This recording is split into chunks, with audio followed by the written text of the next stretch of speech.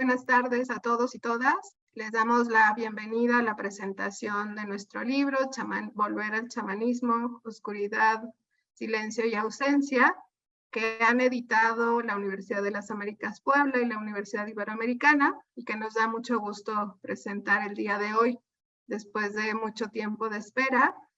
Y queremos también agradecerle a Natalia Gavallet y a Mauricio González por aceptar ser quienes presenten el día de hoy nuestro trabajo e invitarles también con sus comentarios a la lectura de nuestro libro.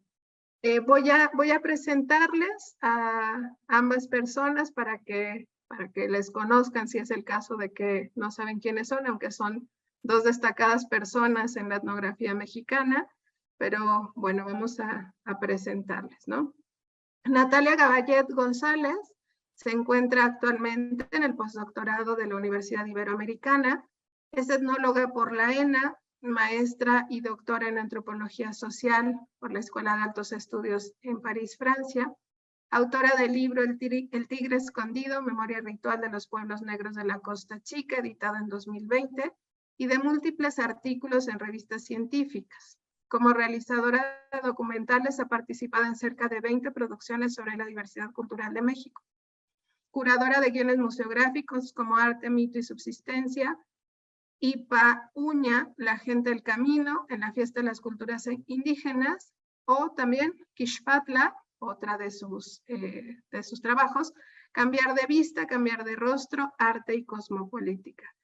También nos acompaña Mauricio González González, del Colegio de Psicoanálisis Lacaniano. Mauricio también es etnólogo por la ENA, tiene una maestría y un doctorado en Desarrollo Rural por la UAM Xochimilco, y una maestría en Teoría Psicoanalítica en el Colegio de Psicoanálisis Lacaniano, donde actualmente dirige el programa de maestría. Forma parte del claustro de profesores del posgrado de este colegio, además de asesor del CESDER. Ha publicado los libros Masehualojtli, Grafías de la Diferencia Nahua en la Huasteca Meridional de 2019, y en coautoría Sonata Ritual, Cuerpo, Cosmos y Envidia en la Huasteca Meridional de 2014, además de las compilaciones de Colonialidad y Psicoanálisis de 2017 y Eros Racializado de 2020. Y pues muchas gracias, Natalia, y muchas gracias, Mauricio, también por su tiempo. Y bueno, le damos la palabra a Mauricio. Bueno, pues muchas gracias por la invitación y por la dicha de estar entre queridas amigas. La verdad es que recuerdo casi una reunión así, pero eran o en el proyecto de etnografía o en la ENA, ¿no? Dicen que ahí se hacen reuniones, y pues la verdad es que ahora está aderezada por un escrito que, en primer lugar, pues tiene un cuidado editorial impecable, ¿no? Es bellísimo, está muy bien hecho. De ahí también una felicitación para todo el trabajo que hizo institucionalmente también la UDLAP y la Ibero. Y bueno, pues me voy a permitir un breve comentario, ¿no? Porque tenemos invitados que como buena fiesta, pues siempre hay gorrones, ¿no? Entonces, pues tenemos acá un texto que dice volver al chamanismo, y me apego al primer significante, ¿no? El de volver, ¿no? Que si bien tiene aires de tango, pues también tiene que ver con justo una recarga que hay sobre una primera entrada muy bella también en Artes de México, a la cual se le da mucho más aire, mucho más discusión, diálogo y convocatoria a diferentes fuentes y diferentes casos, ¿no? Que pues sería volver al chamanismo, que además es hecho por gente que tiene una experiencia etnográfica importante, ¿no? Uno podría pensar que las autocitas tenían que ver con un poco el apego a sí mismo, pero no, tiene que ver con una serenidad en los datos que sinceramente se nota que han sido nuevamente visitados, trabajados, dialogados, ¿no? Intervenidos también por sus interlocutores, y que hace que la forma en la que se presentan ahora estos textos tengan una consistencia en toda la experimentación, y llegaré a esto también, de forma muy generosa, muy bien lograda, ¿no? Entonces, bueno, hay también una cosa que es fascinante y que me parece que tiene que ver con el calado de los etnógrafos, de la etnógrafa y de, el trabajo que pues, lleva años a quienes escribieron en este libro, poder asentar acá. Y es un debate que con etnografía pueden dar sin ningún problema frente a estas ambiciones de teorías generales, metarrelatos sobre el chamanismo.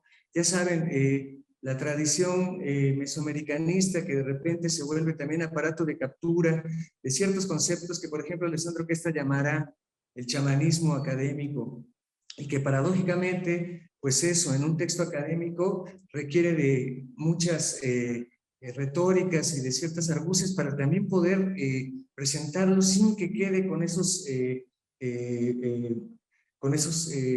aparatajes que limiten de alguna forma el continuar y la cercanía de los practicantes de este tipo de ejercicios que difícilmente pueden no ser dichos a través de formas que acaban siendo operaciones muy precarias, que son frágiles, que son lábiles y que son su principal virtud.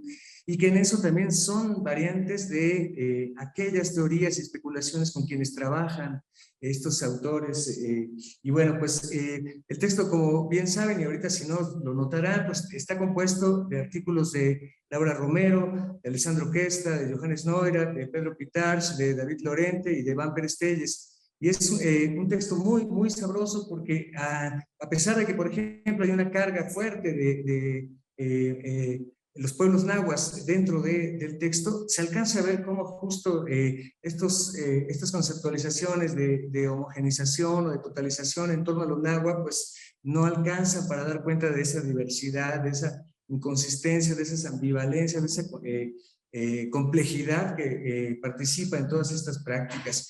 Las batallas teóricas que podemos alcanzar a ver también tienen que ver con teoría contemporánea, en donde justo las aplicaciones que en algún momento aparecieron con las recepciones de la etnografía, por ejemplo, amazónica o melanesa, pues hoy en día la verdad es que es fascinante ver cómo la etnografía justo pone en discusión ambas teorías que pues tampoco alcanzan, ¿no? Que son formaciones de compromiso, como dirá Anna Singh, recuperando, por supuesto, una noción con la que Sigmund Freud hablaba de la sintomatología histérica. Y aquí quiero meterme tantitito con el problema de la teoría, ¿no? De las teorías en antropología. En psicoanálisis tenemos un problemón, porque justo sabemos muy bien que si la teoría general explica la casuística, ahí tenemos algo que no está funcionando. Tenemos la exigencia del caso a caso en la teoría psicoanalítica. Si alcanza a ser una teoría general que explica todos los casos, estamos en la psicología y bueno, pues el psicoanálisis se fue al carajo. Curiosamente, es la sensación que tengo con cada uno de estos textos, en donde no podemos prescindir de teorías que de alguna manera orientan, pero no alcanzarían para dar cuenta de aquellos casos en donde justo la experimentación, la creatividad, la incompatibilidad, como se muestra en muchos de los casos en donde el propio practicante acaba siendo incluso un mediador y a veces el propio enemigo, en donde las transformaciones apelan no solamente a epistemología, sino que tienen una radicalidad en términos de consistencias ontológicas, en donde justo la sensorialidad opera diferente dependiendo del tipo de relacionalidad en donde se está situando, en donde aquello que se puede ver o no ver tiene que ver con los esfuerzos que muchas veces las mitologías nos hablan para desmontar y desestabilizar los mundos que aparentemente están dados, en donde justo la contemporaneidad, como hace Iván, es parte de la especulación y de los practicantes que en todo momento están jugándose en mundos que están multiplicándose y que en multiplicidad están apareciendo corporalidades, almas, innovaciones, experimentaciones, erratas, y que muchas veces están jugando la vida. Eso es lo radical de este asunto, ¿no? Que no son atenciones que solamente van por una especularidad o un laboratorio de pensamiento, o si pensamos así, es que el pensamiento tiene que ser un poquito más que aquello que el racionalismo nos habría tenido que heredar o que la psicosomática intenta interpretar bajo sus dicotomías cuerpo-alma. Entonces, bueno, las topologías, para hablar en términos de Pitarch, Lacan y todos sus secuaces, están fascinantes en los juegos de transformación, en donde tal vez justo incluso las topologías de superficie o de nube no alcanzarían tampoco a dar cuenta de este tipo de especulación y estabilización. ¿Cómo hacer para tener teorías que nos orienten dentro del chamanismo sin que cancelen esa pluralidad y esa experimentación? Es, me parece, la invitación de este texto.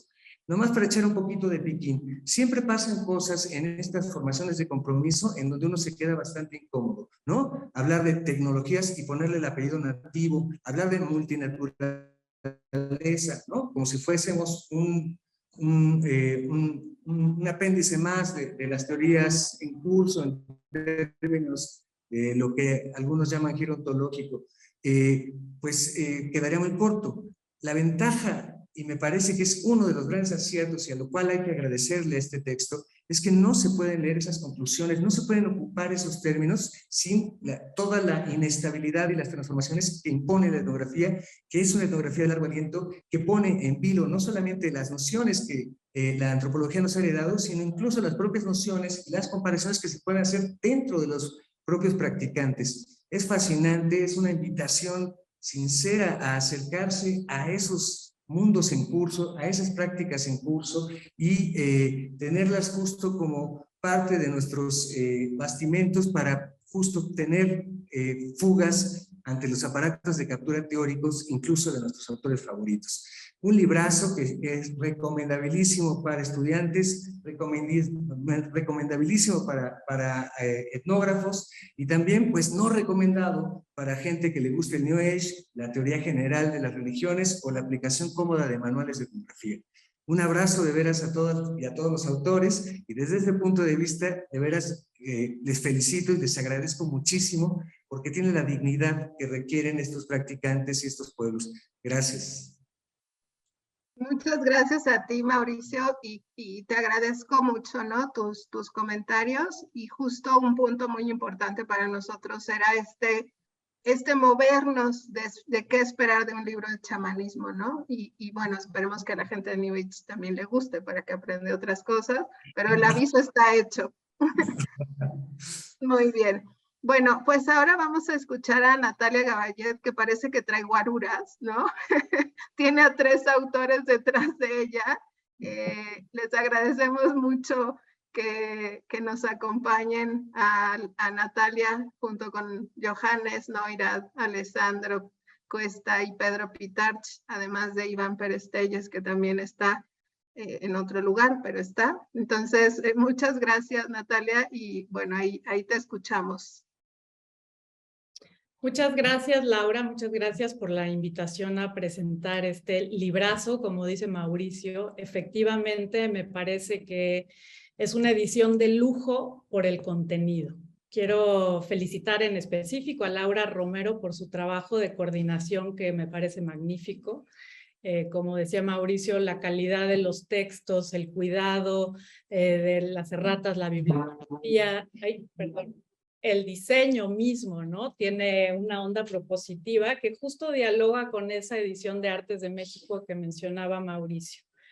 Me gustó por muchas cosas y voy a ir como picoteando un texto y otro para hablar de los conceptos que me parece que pone en juego o que pone sobre la mesa de una manera contundente.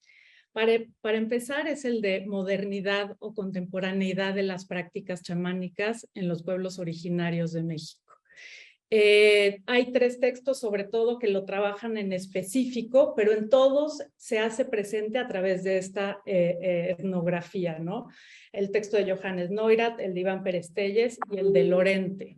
¿Por qué? Porque están hablando Pérez Telles y Lorente de pueblos urbanizados, de alguna manera, insertos en una mecánica económica que se ha salido de la campesina agrícola, digamos, y que aún en estos contextos hay una capacidad de renovación, de innovación que es contundente en las prácticas chamánicas. Por ahí dice Iván Pérez Telles, siguiendo un poco a Pitarch, finalmente los cuerpos y las almas permanecen indígenas en ese sentido, ¿no? como decía Mauricio también, con respecto a la fuerte carga de comunidades nahuas, hay 4 textos de comunidades nahuas, ¿no? Sierra Norte de Puebla, Texcoco, y bueno, Johannes Neurath, que trabaja Wixárikas y Pitarch celtales, ¿no? Pero aún estos 4 textos de estas comunidades nahuas te permiten ver que no se puede hablar de los nahuas, y esto me parece una propuesta muy fuerte del texto. No podemos hablar como de unas culturas homogéneas, sino de esta especificidad del dato de las comunidades y de sus propias prácticas, y cómo eso a través de una etnografía de largo aliento se hace evidente. Ahora, esta modernidad de las que les hablaba, también está asociada a una crítica muy fuerte, por un lado, a la idea de cosmovisión, como una idea de un cosmos ordenado, equilibrado, en donde simplemente el chamán está ahí para mantener ese orden. No, en realidad lo que propone, por ejemplo, Johannes en su texto es que son relaciones complejas. Los dioses y los dueños pues son muchas veces extranjeros, enemigos, son esta alteridad constituyente. Alteridad me parecería, por ejemplo, otro término fundamental que este libro constantemente en cada uno de los textos lo va construyendo, ¿no? Otro tema que me parece muy importante que propone este libro es esta idea de la ideología cinegética y de la presencia de la depredación como parte de contextos culturales agrícolas. Digamos que la antropología canónica no permite hablar de chamanismo y sacrificio, ¿no? Sino que se tiene que hablar de depredación, o en sociedades agrícolas hablamos de intercambio y sacrificio, y nos muestran con una etnografía fina, por ejemplo, el texto de Lorente, donde los fenómenos meteorológicos son cazadores que están buscando llevarse las almas al mundo subacuático. Y ahí hay que negociar, y ahí aparece, digamos, esta capacidad de la diplomacia cósmica que ejercen los chamanes, ¿no? Y obviamente también en varios de los textos hay una revisión histórica minuciosa del uso del término. Otra vez volviendo al texto de Johannes, por ejemplo, dice que hay un purismo en su uso, que todo el tiempo se está pensando en una espiritualidad extinta, ¿no? Como si los indígenas no fueran de este tiempo. Y que en ese sentido lo que estamos viendo es que los huicholes wixárikas están negociando con los dioses como si fueran jefes de una mafia, que han tomado como rehenes a las almas de las personas y que hay que negociar y hay que intercambiar, ¿no? Otro ejemplo, otra propuesta que me gusta mucho, que aunque, como decía Mauricio, no se están casando con una teoría, sino están jugando con varias teorías contemporáneas, ¿no? Por ejemplo, con las teorías nativas. Y en ese sentido, el texto de Pitarch me parece fascinante porque está proponiendo cómo en las formas de comunicación dentro de la ritualidad chamánica, en los cantos, se está pensando en una teoría nativa de los sentidos, de las percepciones, ¿no? Como el mundo fragante, que es el que le gusta a los espíritus, es el que hay que proveerles, ¿no? Y cómo el ruido del mundo de los espíritus es el que llega en forma de enfermedad. El ruido es la enfermedad que entra al cuerpo de los enfermos. ¿Y qué tiene que hacer el chamán? Con el uso de la palabra, de una capacidad especial, de un uso, de un conocimiento complejo de las formas de habla, introducir el silencio en el cuerpo del enfermo. Y el silencio es la curación. Bueno, además de que es hermosísimo, pues es un sistema muy complejo que Pitarch nos comparte en su texto, ¿no? Ay, perdón, acá me... Otro de los temas importantísimos en que como les decía, de la alteridad, es el que presenta Laura Romero, donde manifiesta la condición de los seres presolares y los seres solares del mundo, ¿no? Y para ello utiliza dos conceptos que a mí personalmente me gustan mucho, el de Julien Bonhomme, de mirar sin ver, y el de Philippe Descola, de la distribución desigual de los seres del mundo, ¿no? Y en este sentido, bueno, entra en diálogo con una presencia invisible constante en el libro, que me parece que es pues la propuesta ontologista de Philippe Descola, que aunque no se está intentando derrocar, simplemente se está demostrando cómo es mucho más complejo que estas 4 categorías. Y con esto me lleva a pensar también en el texto de Lorente, de la ideología cinegética, como ya les comentaba, en contextos agricultores, ¿no? Y porque en digamos que los espíritus sean cazadores, animales cazadores de humanos, imprime esta idea de depredación más afín o más en diálogo, como se ha leído en la antropología, con mundos animistas, el Amazonas, como decía Mauricio, ¿no? Y justamente creo que este libro es un punto de inflexión, o más bien el resultado de un momento en que los estudios mesoamericanistas se preguntaron, ¿podemos mirar hacia otros mundos para pensarnos, ¿no? Y esto sucedió desde mi punto de vista en muchos espacios académicos, por supuesto, pero en el Proyecto Nacional de Etnografía, por ahí del 2008, que se empezó a pensar justamente en otros temas como la depredación, la ideología cinegética, y que este libro lo presenta ya muy pensado. Ya pasaron todos estos años y ahora, a través de unas etnografías de largo aliento, podemos pensar y proponer de otra manera. El texto de Alessandro Testa, por ejemplo, justamente analiza el concepto de chamanismo como decía Mauricio otra vez, que me ganó bastante de los temas, el chamanismo en realidad es una propuesta antropológica, ¿no? Es un chamanismo antropológico, no un chamanismo indígena. ¿Por qué?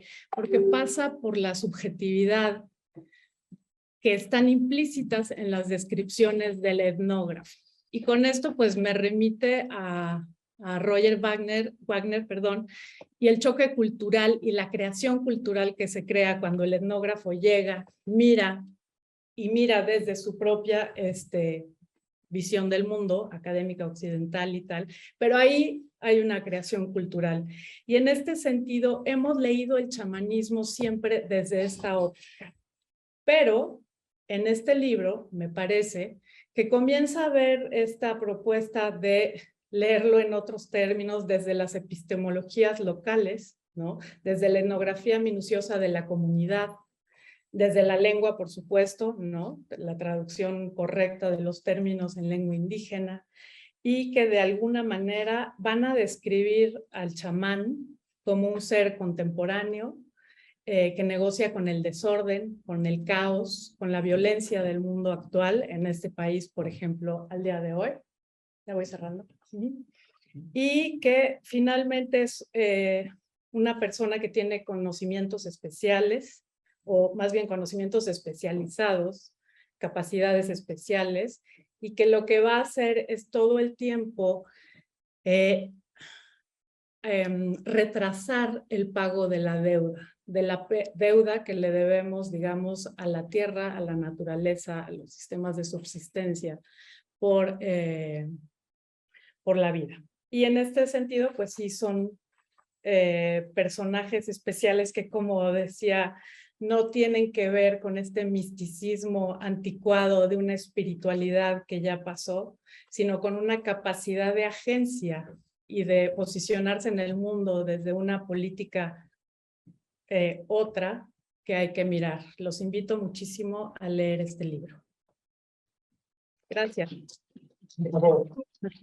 Muchas gracias, Natalia, por tus comentarios. Y bueno, ya ahora lo que nos toca es invitarles a compartir sus dudas o sus preguntas. En lo que se animan, yo tomaré 2 minutos solamente para hacer un cierre, digamos, ¿no? de esta parte de compartirles un poco el propósito del libro. Ya quedó claramente presentado por Natalia y por Mauricio, y a mí en lo personal me da mucho gusto, ¿no? Como haber podido compartir con quienes nos leen esta intención. También justamente, bueno, sé que todavía no han accedido al libro, pero justo para que se hagan una idea, les voy a leer rápidamente los títulos de los 6 capítulos que componen el libro. El de Johannes se llama La cosmovisión de los maestros del desorden, que llamamos chamanes. El texto de Pedro, Sinestesia ontológica, fragmentos de una etnografía de la comunicación sensorial en el chamanismo celtal. Después sigue el mío, El drama nocturno, chamanismo, oscuridad y ausencia en los rituales terapéuticos de la Sierra Negra de Puebla. Después está el de Iván Pérez Telles, La oscuridad necesaria, el chamanismo náhuatl contemporáneo. El siguiente es el de Alessandro Cuesta, El silencio presente y la ausencia rumorosa, diversidad, contradicción e incertidumbre entre los Macehual de la Sierra Norte de Puebla. Y cerramos con el texto de David Lorente, La mirada de los espíritus cazadores, aspectos cinegéticos y agrícolas en el chamanismo náhuatl. Y bueno, un poco la idea era lograr también, ¿no? que usáramos estos 3 ejes que son la propuesta central del texto, que es el silencio, la oscuridad y la ausencia, que en los textos que presentamos en el número 118 de Artes de México en 2015, fueron también la guía de buena parte de nuestro trabajo, ¿no? Entonces, pues yo les quiero también mucho agradecer a mis colegas que han sido también como pues compañeros de camino en muchas cosas, ¿no? Y con quien hemos estado discutiendo de alguna u otra manera el tema, y que yo en lo personal agradezco mucho la paciencia en todo el proceso. Fueron muchos años de trabajo, pero solamente es que hoy, gracias a la UTLAB y a la Ibero, podemos tener un texto que va a ser de acceso libre, o sea, lo van a poder leer en línea. Esa es una cosa que para la UTLAB es muy importante, ¿no? Que puedan tener acceso a la información, y bueno, quienes quieran comprar el texto, pues también lo podrán hacer, pero justo también pensando en el diálogo con las personas con quienes hemos trabajado, pues facilitar el acceso a estos textos académicos también es parte del compromiso que como institución queremos tener, ¿no? Y pues nada, yo nuevamente quiero agradecer de verdad a todas las personas que estuvieron ahí involucradas. Rosa Quintanilla, muchísimas gracias por llevar a buen puerto este proyecto que estuvo ahí, ¿no? Durante mucho tiempo. Como podrán ver cuando tengan el libro, el trabajo de edición y el diseño tiene una propuesta, ¿no? Está ahí dialogando con el texto. Prácticamente fue un trabajo artesanal, porque se revisó durante mucho tiempo, ¿no? Cada una de las partes. Y pues muchas gracias a ambas universidades que tuvieron que dialogar también, ¿no? Para ponerse de acuerdo y llevar el texto pues a que saliera del horno donde ya se nos estaba un poco quemando. Y a mis colegas, pues muchísimas gracias por la paciencia. Siempre es y será un placer trabajar con ustedes. Saben que les aprecio y les admiro mucho. Y a Natalia y a Mauricio también, muchísimas gracias por su tiempo, y pues bueno, pues muchísimas gracias. Espero que puedan disfrutar el libro y aprender también cosas interesantes a través de él. Muchas gracias.